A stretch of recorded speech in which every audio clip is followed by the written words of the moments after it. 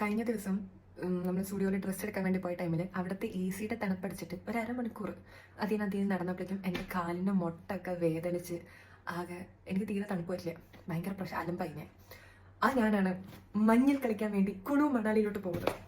40 മണിക്കൂറിൻ്റെ train യാത്ര ഉള്ളതുകൊണ്ട് തന്നെ കഴിക്കാനുള്ള ഫ്രൂട്ട്സും സ്നാക്സും ഒക്കെ ആദ്യമേ പാക്ക് ചെയ്തിട്ടായിരുന്നു യാത്ര പുറപ്പെട്ടത്. കഴിഞ്ഞ 1.5 മാസമായി ഞങ്ങൾ ഈ ടൂറിന്റെ പ്രിപ്പറേഷൻ നടത്തിക്കൊണ്ടിരിക്കുകയായിരുന്നു. ഞങ്ങളുടെ കോളേജിൽ നിന്ന് ആദ്യമായിട്ടാണ് ഒരു ബാച്ച് ഇത്രയും ലോങ് ആയിട്ടുള്ള ഒരു ട്രിപ്പ് പ്ലാൻ ചെയ്യുന്നതും അത് സാങ്ഷൻ ആയിട്ട് പോകുന്നതും. വോയേജ് അഡ്വഞ്ചേഴ്സ് എന്നുള്ളൊരു ടീമാണ് ഞങ്ങളുടെ ടൂറിന്റെ പാക്കേജ് എല്ലാം സെറ്റ് ചെയ്ത് തന്നത്.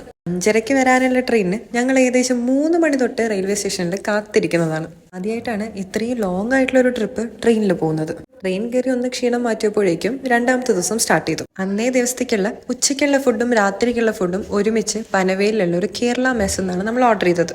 തലേ ദിവസം തന്നെ വേണ്ട ഫുഡ് നമ്മൾ വിളിച്ച് ബുക്ക് ചെയ്തിട്ടുണ്ടായിരുന്നു.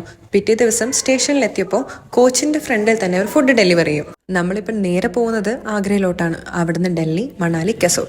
ബാക്കി കഥകളൊക്കെ ട്രെയിൻ ഇറങ്ങിയിട്ട്.